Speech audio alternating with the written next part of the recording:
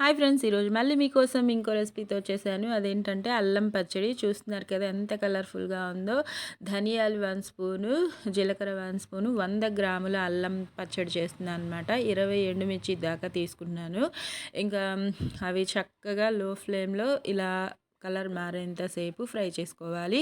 అవి బాగా చల్లారిన తర్వాత మాత్రమే మిక్సీ పట్టుకోవాలి. ఓకేనా? అవి బాగా చల్లారబెట్టేసుకొని చూడండి, అల్లం కూడా చిన్న చిన్న పీసెస్ కట్ చేసుకున్నాను.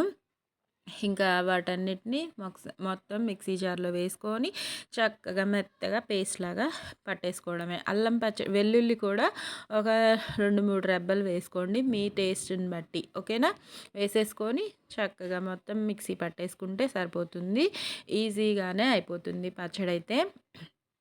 టేస్ట్ అల్లం పచ్చడి వేరే లెవెల్లో ఉంటుంది కదా. టిఫిన్స్లో మనకి తింటూ ఉంటాము. అదేంటి అట్టు, ఇడ్లీ అలా దేనిలో అయినా మైసూర్ బజ్జీ ఇష్టంగా తింటూ ఉంటాం కదా.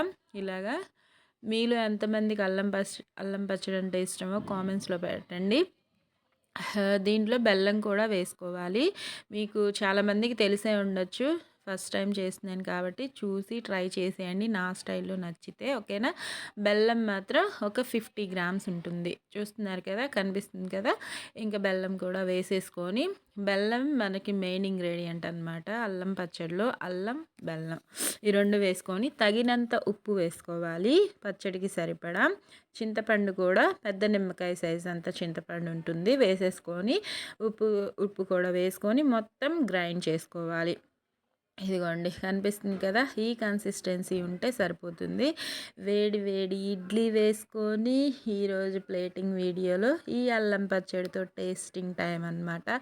మీకు నాకు అందరికీ చూసే వాళ్ళకు కూడా నోట్లో నీళ్ళు వచ్చేస్తూ ఉంటాయి ఈ కాంబినేషన్లో తినే వాళ్ళకు కూడా. ఓకేనా? నచ్చిందా? ట్రై చేయండి.